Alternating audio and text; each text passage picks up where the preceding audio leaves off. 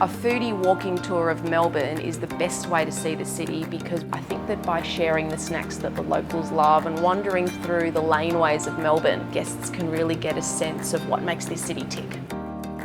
At Walk Melbourne Tours, we're all about sharing Melbourne stories through food.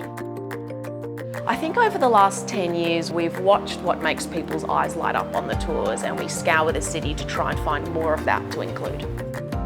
People are really surprised that lots of the places we go to are quite small and unassuming, and they often remark that if they weren't with us, they would have walked right past them.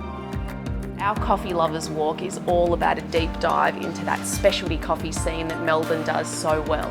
We go to 4 different cafes, and it's all about where coffee comes from, how to taste it, and of course we drink a bunch of delicious coffee along the way. Food is a great way to scratch the surface of a culture and learn about a place, and also it's delicious, so why not?